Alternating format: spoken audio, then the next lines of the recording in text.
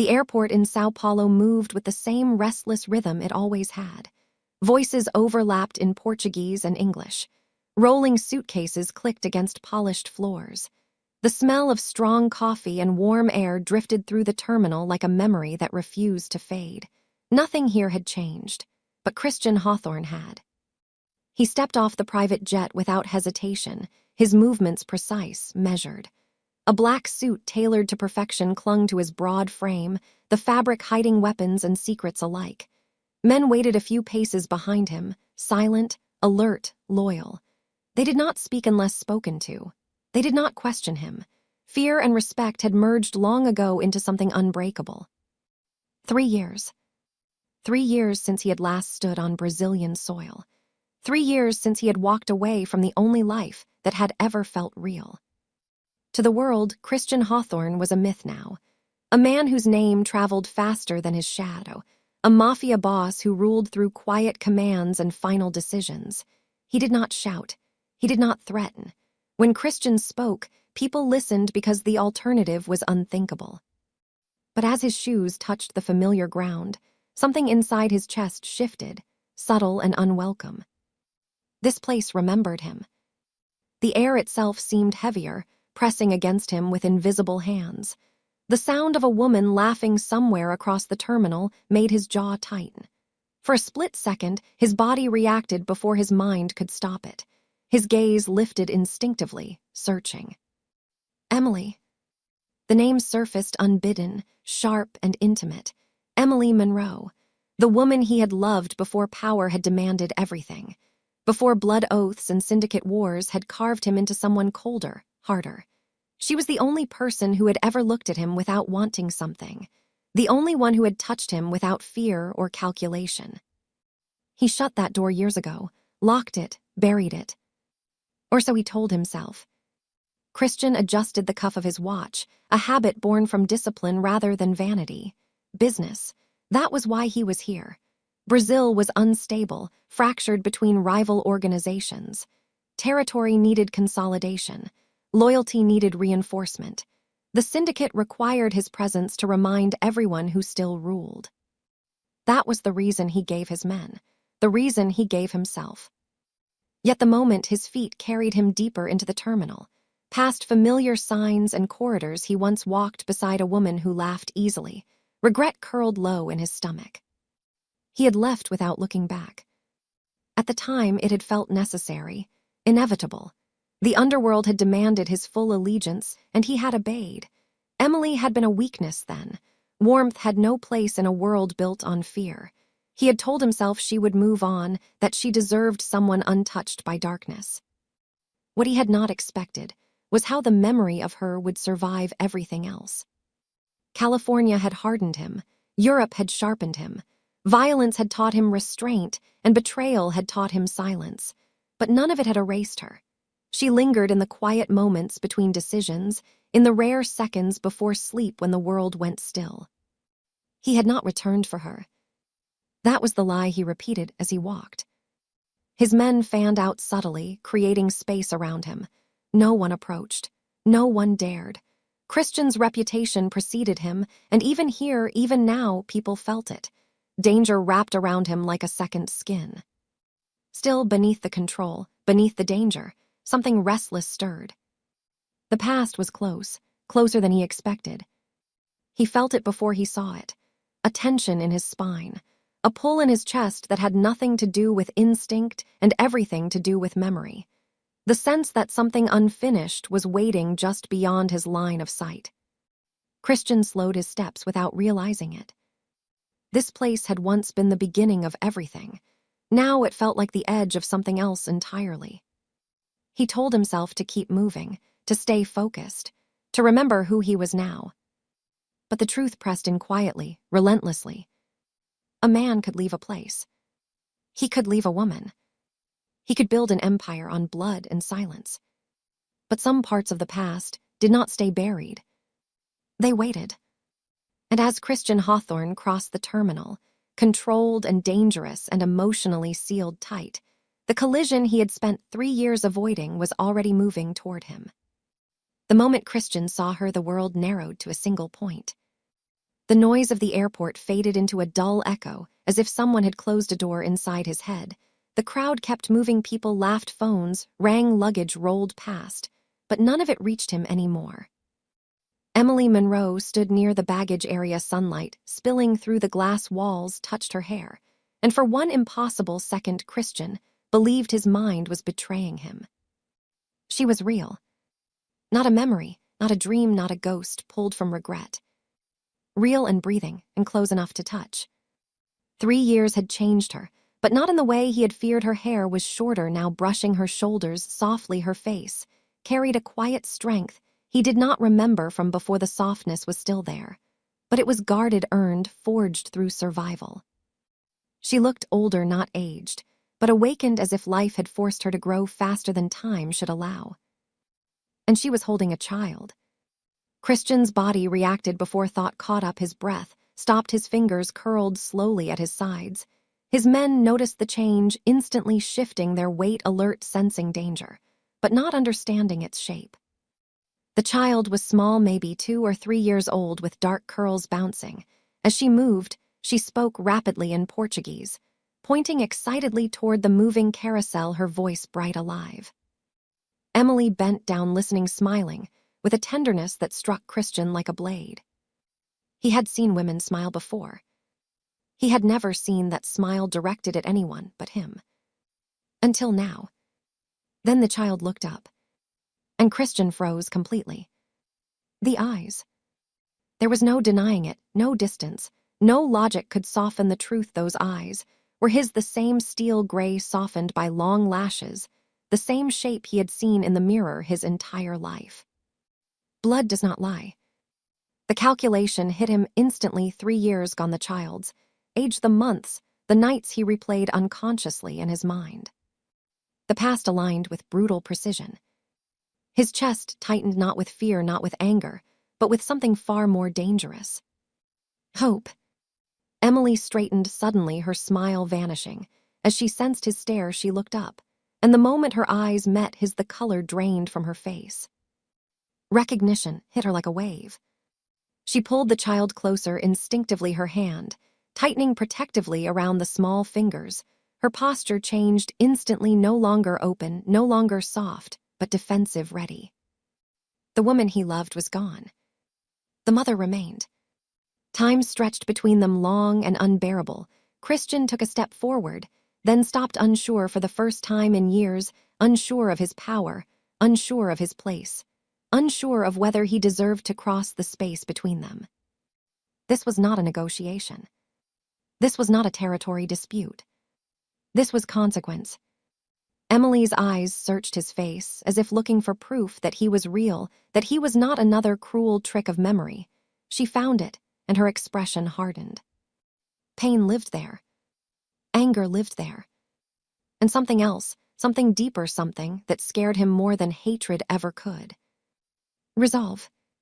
The child tugged on Emily's hand, speaking again, her voice curious, innocent, untouched by the storm gathering around her. Emily answered softly, brushing the girl's hair, her voice steady, but strained. Christian felt something inside him crack open. This child did not know him. She did not fear him. She did not know that the man watching her from across the terminal ruled through blood and silence. She only knew her mother. And somehow, that hurt more than anything he had ever lost. His men waited for instruction, unaware that their boss, the man who had faced down enemies without blinking, was fighting to breathe. The past had found him. Not with a gun. Not with a threat. But with a child who carried his eyes, and a woman who carried his heart, and neither of them belonged to him anymore. Or so it seemed. Christian took another step forward. This time he did not stop. Whatever waited on the other side of this moment, he would face it. Because some collisions cannot be avoided, and some truths refuse to stay buried. Christian crossed the terminal with the calm precision that had once terrified entire rooms, but inside him, everything was splintering. Each step toward Emily felt heavier than the last, as if the air itself resisted him. The child clung to her leg, now watching him openly, curiosity bright in her face. No fear, no recognition, only interest. That innocence was what hurt most. Emily did not move when he stopped in front of her. She lifted her chin slightly, not in greeting, but in warning. Her body angled subtly, placing herself between Christian and the child like a shield. He noticed everything, the tension in her shoulders, the way her fingers tightened around the small hand, the way her breathing changed. She was ready to protect at any cost. Christian had commanded armies, had ended wars with a single sentence, yet now he stood silent, his power meaningless in the face of her stare. 3 years collapsed into a single heartbeat. Emily spoke his name, softly, not with warmth, not with anger, but with something fractured, something unfinished. Christian. The sound of it hit him harder than any blade. He opened his mouth, then closed it again. Words failed him for the first time in a very long time. There was nothing he could say that would not sound like an excuse, nothing that could bridge the distance that had grown between them. The child shifted closer to Emily, peering up at him, with wide eyes so like his own that his chest tightened again. She studied him, seriously, head tilted as if trying to solve a puzzle. Emily felt it too. He could see the moment she noticed the resemblance. Her jaw tightened, her gaze flicked briefly to the child, then back to him, sharp and guarded. "You should not be here," Emily said quietly, her voice steady, but low. "I came for business," Christian replied, the truth and the lie intertwined. Her lips pressed into a thin line. "Business," she repeated, as if tasting the word and finding it bitter. The child tugged again on Emily's hand, speaking rapidly in Portuguese, pointing behind Christian at something unseen. Emily nodded distractedly, responding automatically, her eyes never leaving his. Christian crouched slowly, without thinking, lowering himself to the child's level. His men stiffened behind him, but he ignored them. The girl looked at him more closely, now her gaze serious, thoughtful. "Hello, little one," he said softly, keeping his voice gentle, controlled. The child blinked, then smiled shyly, hiding half her face against Emily's leg, before peeking out again. Emily's breath caught. She did not tell him to stop, but her hand tightened protectively on the child. "She is shy with strangers," Emily said flatly. "Understandable," Christian replied, his voice barely above the noise of the terminal. The child reached up, holding 2 fingers, then, after a pause, added another, proud of herself. "Almost 3, she announced clearly. Christian's heart stuttered. Almost 3. The final piece slid into place with devastating clarity. Emily straightened fully, now her expression hardening. She reached down, lifting the child into her arms, ending the moment decisively. "We are leaving," she said firmly. "Wait," Christian said, the word escaping before he could stop himself. She turned sharply, eyes flashing. "Do not," she warned, "do not follow us. Do not speak to her. You lost that right when you walked away." Christian rose slowly, his face unreadable, but his voice cracked just slightly. "I did not know." Emily laughed softly, without humor. "You always say that," she replied, then stepped back, creating distance again. The child rested her head on Emily's shoulder, watching him silently, eyes still curious, still familiar. For one unbearable second, Christian felt something close to panic, the kind no bullet could stop. He had returned to reclaim territory, to assert dominance, to remind the underworld who still ruled.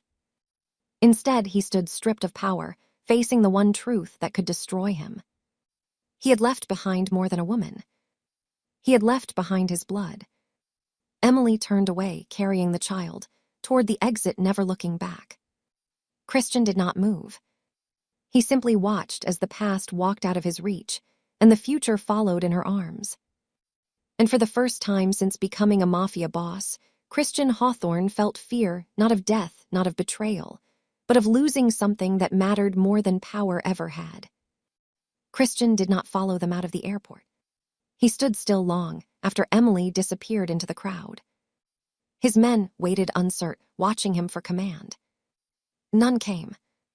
The silence inside him was heavier than gunfire. He had ruled cities, ended lives, broken enemies, but he had never been unmade like this. The child had his eyes. There was no escaping that truth. No strategy that could erase it. No lie that could bury it. He turned slowly, walking away from the terminal windows.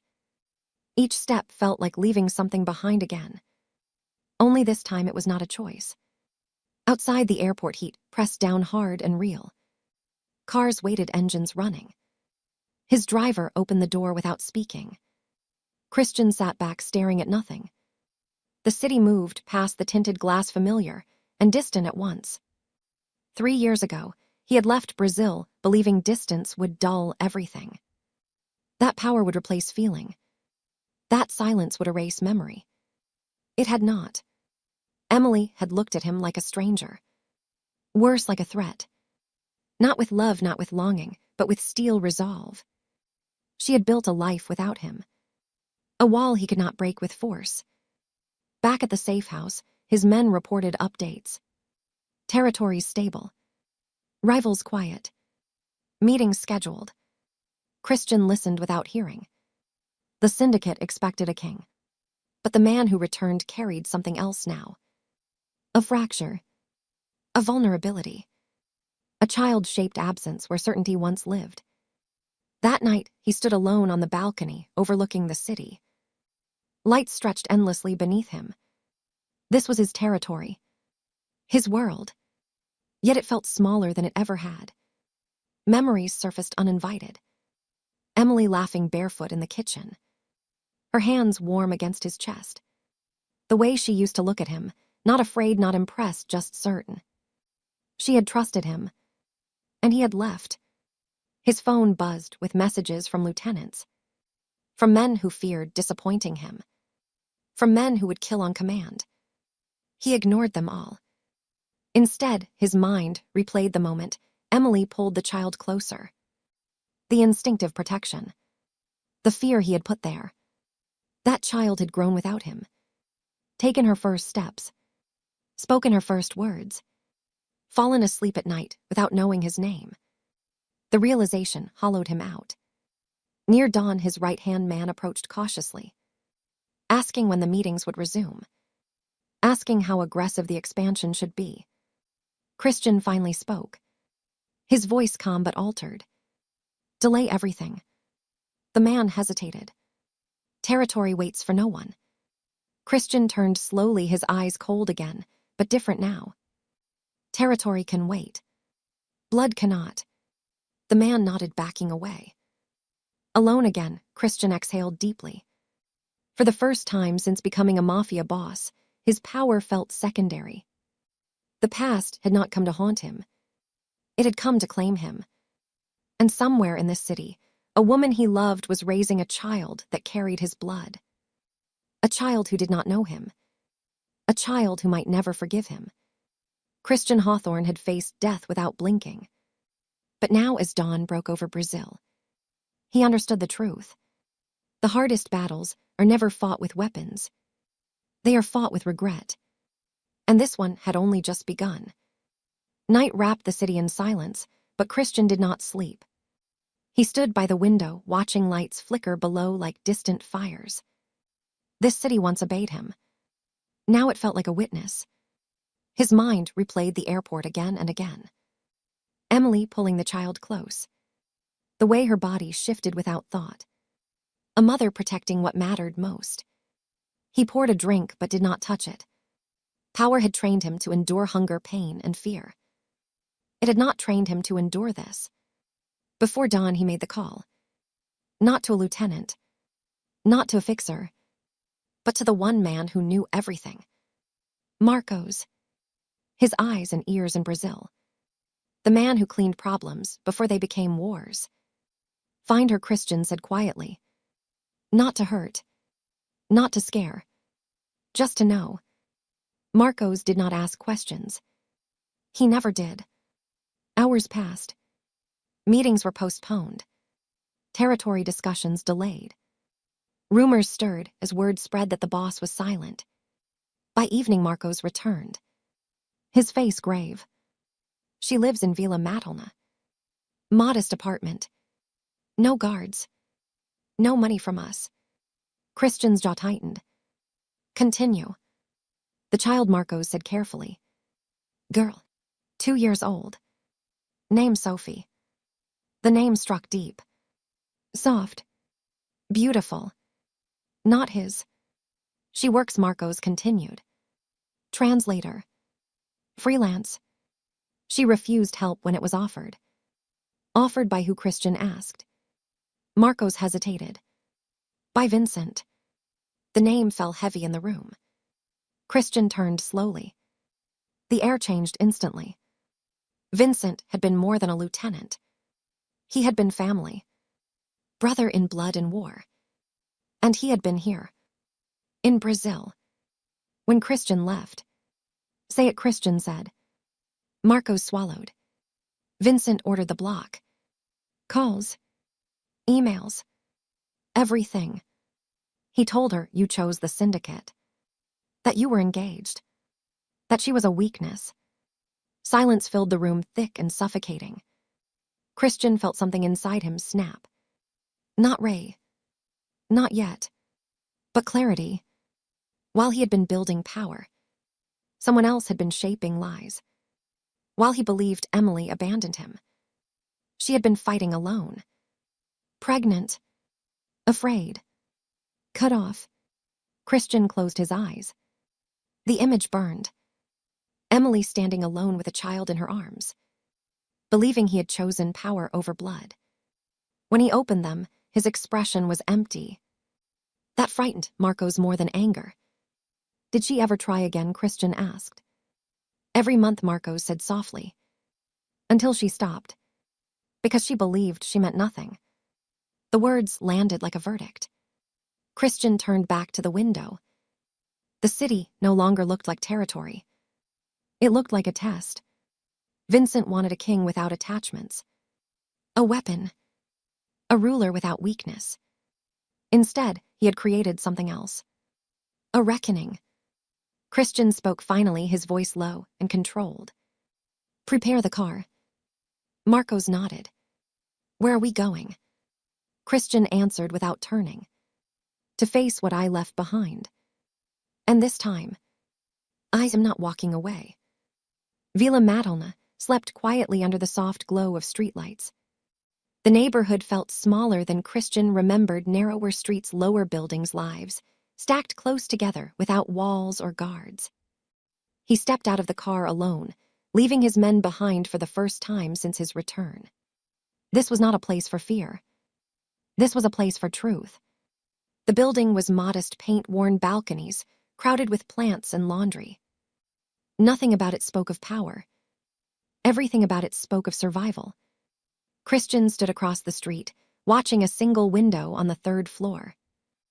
Light flickered inside. Movement passed behind thin curtains.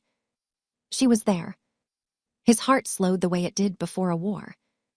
Controlled, steady, prepared. A door opened below. A neighbor passed. No one recognized him. Here he was just a man in a dark coat, with too much silence around him. Time stretched. Then the door upstairs opened. Emily stepped onto the balcony. She leaned against the railing, breathing in the night air. For a moment she looked tired. Not weak. Just human. Christian felt something tighten in his chest. This was the woman who had carried his child alone. Who had built a life without protection. Without money. Without him. A small figure appeared behind her. Sophie. The child padded out barefoot, rubbing her eyes. Emily lifted her, without effort settling her on her hip. The movement was instinctive, practiced. Sophie rested her head against Emily's shoulder. Safe. Content. Christian did not realize he was holding his breath until his lungs burned. He took one step forward, then stopped. This was not his world. Not yet. A voice cut through the quiet. You can come out now. Christian froze. Emily was looking straight at him. Eyes sharp. Unafraid. She had always known when he was near. He stepped into the light, slowly raising his hands, slightly not in surrender, but in respect. I am not here to take anything, he said. Emily's expression did not soften. You already did. The words landed hard. Sophie shifted, looking down at him again. studying him with that same serious curiosity. "Who is he?" she asked softly. Emily hesitated just a second too long. Christian spoke before she could. "Someone who made mistakes." Emily shot him a warning look. Christian met it without flinching. "I did not know about her. But I know now." Silence stretched. A siren sounded far away. Emily adjusted Sophie on her hip. "You know nothing, Christian. You left. You disappeared. I buried you." Christian nodded. "I was buried too. By lies." Her eyes narrowed. "Lies do not change absence." "No, but they explain it." Sophie leaned forward suddenly, looking at him closely. "You have eyes like mine," she said. The words shattered what little distance remained. Emily's grip tightened. "Do not say things like that." But it was already said. Christian swallowed. "I am not here to scare her." "Are you?" "I am here because she deserves to know I tried." "Tried too late," Emily said. "Maybe. But I am not leaving again." The wind stirred. Plants rustled. Somewhere a dog barked. Emily studied him, searching for deception. She found none. Sophie rested her head again. "Sleepy." Emily turned, slightly shielding her. "You have 5 minutes." Christian's heart pounded. 5 minutes was more mercy than he deserved, and more hope than he had allowed himself to feel. The 5 minutes passed without anyone counting them. Time bent the way it always did when something fragile stood on the edge of breaking. Emily did not invite him inside. She did not step away either. She stood there holding Sophie, as if the night itself might try to steal her. Christian kept his distance. Every instinct he had learned in blood told him to take control, to dominate the space, to speak with authority. He ignored those instincts. This was not a room he could conquer. "You should not have come," Emily said quietly. "They will follow you eventually." "I know," Christian replied. "That is why I came alone." That answer unsettled her more than any threat could have. Sophie stirred again, blinking sleep from her eyes. She reached out, touching the edge of Christian's coat with small, careful fingers. The contact was light, but it felt like a strike to his chest. "You are cold," she said, matter of fact. Christian knelt, slowly bringing himself level with her. The floor was hard. He welcomed it. "I am used to it," he said. Emily watched, closely, ready to pull Sophie back at the first wrong word. Christian looked at the child. Really looked. Not as proof. Not as bloodline. But as a person. "What do you like?" he asked gently. Sophie thought hard, drawing circles in the air with her finger. "Stories. And strawberries. And the purple elephant." Emily frowned. "Purple elephant." "Imaginary friend," Christian guessed. Sophie nodded seriously. "He is very brave." "So are you," Christian said without hesitation. The words slipped out raw and unfiltered. Emily's breath caught despite herself. Inside the apartment, a phone rang. Emily ignored it. "You have enemies," Emily said. "They do not forgive attachments." "Neither do children," Christian replied. He stood, then straightening slowly. Emily felt at the shift, the weight of the man he truly was. "They will come," he continued. "They always do. And when they do, they will not see you as innocent. They will see you as Leverett." Her eyes hardened. "Do not threaten me. I am warning you." A car passed below headlights, briefly illuminating the street. Christian's men remained unseen but alert. Emily turned away finally, unlocking the balcony door. She stepped inside without inviting him. Then paused. "You can stand there," she said. "But you do not step inside." Christian accepted it without argument. From inside, voices drifted from a television. Normal life. A world untouched by violence. Christian's phone vibrated once in his pocket. He did not check it. He already knew. Someone was testing him. Somewhere in the city, A meeting was being held without his permission. Names were being spoken. Doubts whispered. The syndicate was restless. Emily turned back. They will not stop, will they? No, Christian said. But I will. Her eyes searched his face. What does that mean? It means I will make sure no one ever comes near her. Even if that means dismantling everything I built. Sophie looked between them, sensing tension. Hugging Emily's neck tighter. Christian softened instantly. You should sleep, he said. Both of you. Emily studied him again. Then nodded once. Tomorrow, she said. We talk tomorrow. I will be here. Do not bring your men. I will not. She closed the door slowly. Christian remained on the balcony until the light inside dimmed. Until silence settled. Then he stepped back into the street. His phone buzzed again. This time he answered. The voice on the other end was tense. Boss, there is movement. Vincent is calling meetings without you. Christian's gaze lifted to the third-floor window, now dark. Tell Vincent to wait, he said calmly. What if he does not? Then Christian replied. He will learn what happens when loyalty breaks. The line went dead. Christian looked once more at the building. At the place where his past and future now lived. The war had begun. And this time, it was not for power. It was for blood. Morning came without peace. Christian stood on the rooftop of the safe house, watching the city wake. Vendors rolled carts into place. Cars filled the streets. Life moved forward, unaware of the storm gathering beneath it. His phone vibrated nonstop. Messages from captains. From enforcers. From men who sensed weakness. He ignored them. Instead, his mind stayed, fixed on a small apartment in Villa Madalna. On a woman who slept lightly now. On a child who trusted easily. By mid-morning, the confirmation arrived. Vincent had crossed the line. A private meeting had been called without permission. Territory leaders summoned. Decision discussed. Power tested. This was not ambition. This was a coup. Christian felt no surprise. Only a cold clarity.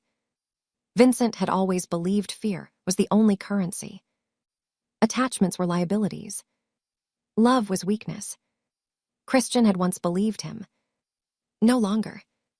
He arrived at the warehouse alone. A deliberate choice. A message in itself. The men inside fell silent when he entered. No one spoke. No one sat. Vincent stood at the center. Confident. Smiling. You finally remembered who you are, Vincent said. Christian removed his coat, slowly placing it over a chair. I never forgot. Vincent gestured around the room. This empire needs certainty. You are distracted. You brought your past back into our world. Christian stepped closer. And you built lies to keep me obedient. Vincent laughed. I protected what we built. You destroyed it, Christian replied. The room tightened. Hands hovered near weapons. Christian lifted his gaze. Every man froze. He did not raise his voice. He never needed to. You blocked her calls. You isolated her. You let my child grow without a father. Vincent shrugged. Necessary sacrifices. That word sealed his fate. Christian leaned in close enough for only Vincent to hear. There is nothing necessary about cruelty. He straightened, addressing the room. Anyone who stands with Vincent walks out now. No one moved. Fear shifted. Loyalty realigned. Vincent paled. You would burn everything for a woman and a child. No, Christian said calmly. I will burn everything for truth. He turned away. Vincent was already finished. Outside, the warehouse sirens wailed. Controlled. Expected. Christian had already dismantled the structure from within. Accounts frozen. Territory reassigned. Orders rewritten. By afternoon, Vincent no longer existed in the syndicate. By evening, Christian stood once again on the street below Emily's building. This time he did not hide. Emily opened the door before he knocked. She saw it immediately. Something had changed. "It is done," he said simply. She searched his face. "What did you do?" "I ended it." "Ended what?" "The version of me that could abandon you." Silence filled the space. Sophie peeked from behind Emily, holding her purple elephant. Christian knelt. "I am still dangerous," he said softly. "But not to you. Never to you." Emily's voice shook. "You chose us." Christian nodded. Completely. For the first time, she did not step back. The empire had fallen quietly, and something far more fragile had been given room to live. The night felt heavier than the others. Not because of danger, but because of truth waiting to be spoken. Emily did not invite Christian to sit. She stood near the window arms, folded Sophie asleep in the other room. The apartment was quiet in the way homes become when children finally rest. "You changed things today," Emily said softly. Christian nodded. "I had to." "No," she replied. "You chose to." He accepted that. For a long moment, neither spoke. The city hummed outside, distant, alive, indifferent. "There is something you still do not know," Emily said finally. "Something I never planned to tell you." Christian felt the shift instantly. His body stilled. His instincts sharpened. "Tell me." "When you left," she began, "I was not just alone. I was afraid." He did not interrupt. "Vincent did not only block my calls," she continued. "He came to see me." Christian's jaw tightened, but he remained silent. "He told me that if I tried to reach you again, if I showed up, if I caused trouble, something would happen. To me. To the baby." Her voice wavered for the first time. "He said your world had no place for weakness. That accidents happen to women who do not listen." Christian felt ice spread through his chest. "I believed him," Emily whispered. "Because I had seen that world.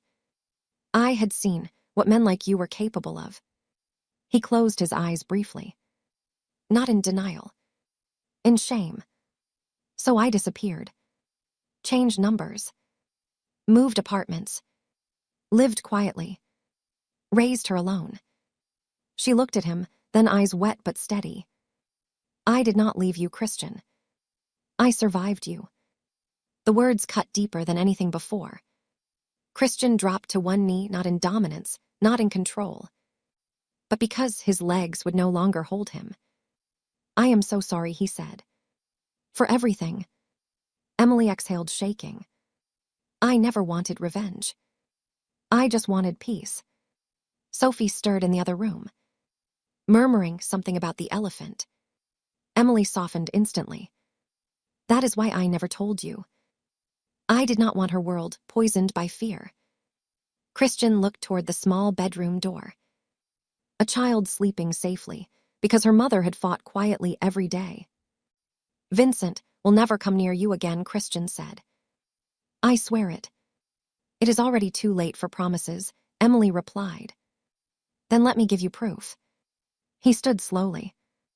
"I am leaving the syndicate entirely." Her breath caught. "What?" "I am dismantling it here. Selling what cannot be destroyed. Walking away from what remains." Emily stared at him. "That life does not let go easily." "I know. But I am done choosing power over people." Silence filled the room, thick and fragile. After everything she said. "Why now?" Christian answered without hesitation. "Because when I saw her, I understood that if I stayed the man I was, I would destroy her future, even if I loved her." He met Emily's eyes. "I would rather be nothing than be the reason my child grows up afraid." Emily felt something inside her finally loosen. For the first time in 3 years, she believed him. The past had not only been betrayal and pain, it had been a test. And tonight, Christian Hawthorne chose differently. Morning arrived quietly, as if the city itself was holding its breath. Sunlight slipped through thin curtains, touching the walls of the small apartment where Christian sat awake long before anyone else stirred. He had not slept, not from fear, but from certainty. The life he had ruled was already collapsing behind him. Messages had come through the night confirming it. Territories dissolved. Orders rescinded. Names erased. A kingdom does not fall with noise when it is abandoned by its king. It simply stops existing. Emily emerged from the bedroom, slowly, her face tired but calm. There was no anger left in her posture, only guarded hope. Sophie followed, rubbing her eyes, dragging the purple elephant behind her. She looked at Christian, as if he had always been there. "Are you still here?" she asked. "Always," he replied without hesitation. She accepted that answer, easily climbing onto a chair, reaching for breakfast. Children knew truth better than adults. Emily watched the exchange quietly. Then she spoke. "If you stay," she said, "there is no going back." "I am not looking back," Christian answered. They ate together in silence. Not awkward. Not strained. Just careful. After breakfast, Christian stood. "Today I will disappear," she said. Emily's breath caught. "From that world," he clarified. "From anyone who could touch you. There will be no shadow following us." She studied his face, searching for doubt, finding none. "What about her name?" Emily asked finally. "Her last name." Christian looked at Sophie, then back at Emily. "She keeps yours, until she chooses otherwise." Something in Emily's chest broke open then. Hours later, Christian stood at the edge of the city, overlooking everything he once controlled. Documents signed, phones discarded, names severed. He was no longer a boss, no longer a ruler, just a man choosing differently. That evening, they walked together through the neighborhood. No guards, no distance. Sophie ran ahead, laughing, pointing at stray cats. Emily walked beside Christian, close, but not touching yet. She stopped suddenly, turning to him. "You understand," she said. "This does not erase the past. I would never ask it to. And trust will take time. I have nothing but time now." She studied him, then nodded once. The final test came without warning. A car slowed nearby, engine idling too long. Christian moved, instinctively placing himself between Emily and Sophie. Not aggressive, protective. The car drove on. Emily saw it, saw him, saw the difference. That night, as Sophie slept, Emily spoke quietly. "Stay." Christian did not move, did not rush. He simply answered, "I am home." Weeks passed, then months. The story spread quietly in the underworld. The boss who walked away. The king who chose blood over fear. No one came looking. Because nothing is more dangerous than a man with nothing left to lose and everything left to protect. The final reveal came not with violence but with peace. Christian Hawthorne had not returned to Brazil to reclaim power. He had returned to end it. And in doing so, he gained something far greater. A child who trusted him, a woman who chose him again, and a life that did not require silence to survive. The man who never escaped finally did. Not by running, but by staying.